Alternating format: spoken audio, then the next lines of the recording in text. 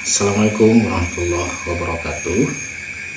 Saya Reza Akbar, peserta PKDP tahun 2024.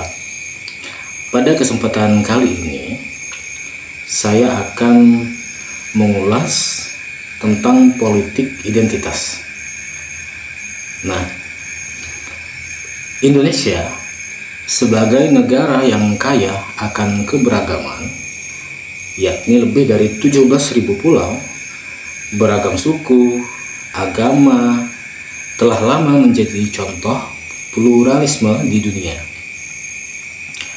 Namun, dalam beberapa dekade terakhir, politik identitas, suatu bentuk politik yang mengedepankan identitas kelompok tertentu seperti agama, etnis, atau ras, semakin mendapat tempat dalam dinamika politik nasional. Fenomena ini tidak hanya memengaruhi kehidupan politik, tetapi juga memengaruhi hubungan sosial di dalam masyarakat. Jika tidak dikelola dengan bijaksana, politik identitas ini bisa menjadi ancaman bagi persatuan dan kesatuan bangsa. Oleh karena itu, penting untuk memahami tantangan yang ditimbulkan oleh politik identitas ini, dan yang paling penting adalah bagaimana kita mencari solusi untuk mengatasinya. Nah, teman-teman, sebenarnya apa saja dampak negatif dari politik identitas ini? Nah, kita harus mengetahui ini. Yang pertama, terjadi polarisasi sosial. Maksudnya, politik identitas ketika ia menjadi amat dominan, maka masyarakat cenderung terfragmentasi menjadi kelompok-kelompok yang saling curiga dan tidak lagi saling menghargai perbedaan. Nah, ini akan mengarah pada meningkatnya ketegangan dan permusuhan tentunya di antara kelompok-kelompok yang berbeda. Yang kedua, terjadi penyalahgunaan agama atau etnis untuk kepentingan politik. Nah, politisi atau kelompok tertentu dapat memanipulasi isu agama atau etnis ini untuk mendapatkan dukungan politik. Ini bisa menciptakan ketidakadilan bagi kelompok lain dan menurunkan kualitas pemerintahan yang berbasis pada kepentingan rakyat secara keseluruhan. Yang ketiga, terjadi diskriminasi dan ketidaksetaraan. Politik identitas yang terlalu dominan akan mengarah pada kebijakan yang berpihak pada kelompok minoritas atau kelompok yang memiliki kekuatan politik. Nah, ini bisa mengakibatkan diskriminasi terhadap kelompok minoritas. Lalu yang keempat, tantangan terhadap demokrasi. Demokrasi yang sehat membutuhkan dialog terbuka dan inklusivitas.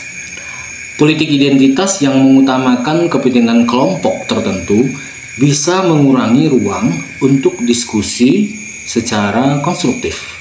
Dan tentu ini akan menghalangi kebijakan yang pro rakyat secara keseluruhan.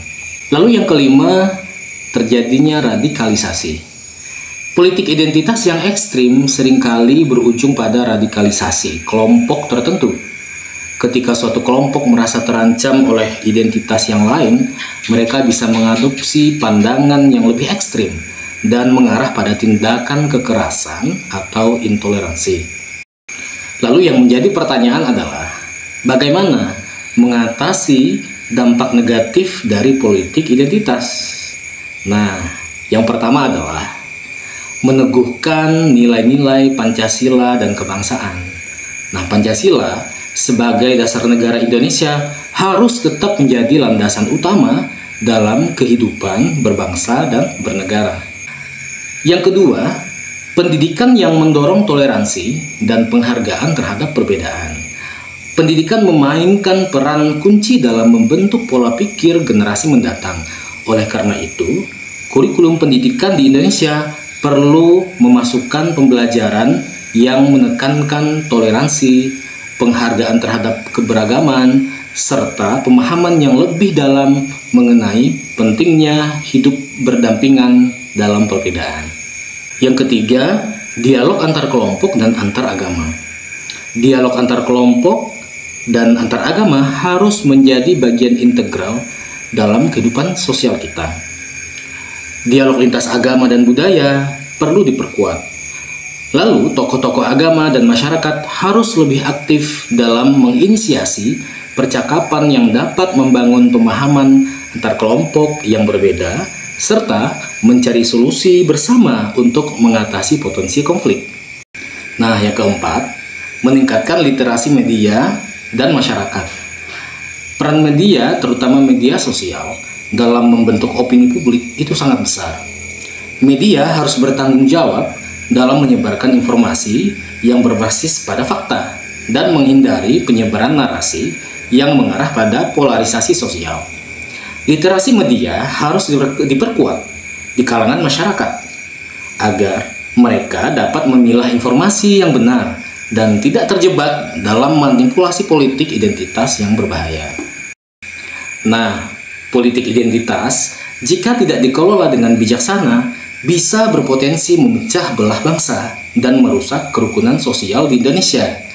Tugas kita bersama adalah menjaga persatuan dan keharmonisan dalam keberagaman, serta memastikan bahwa setiap warga negara mendapatkan perlakuan yang adil dan setara tanpa terkecuali.